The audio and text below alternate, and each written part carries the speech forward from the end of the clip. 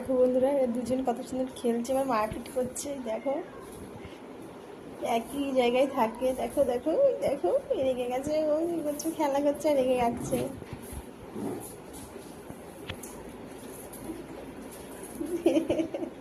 কি করছে দুইজনে বাবা।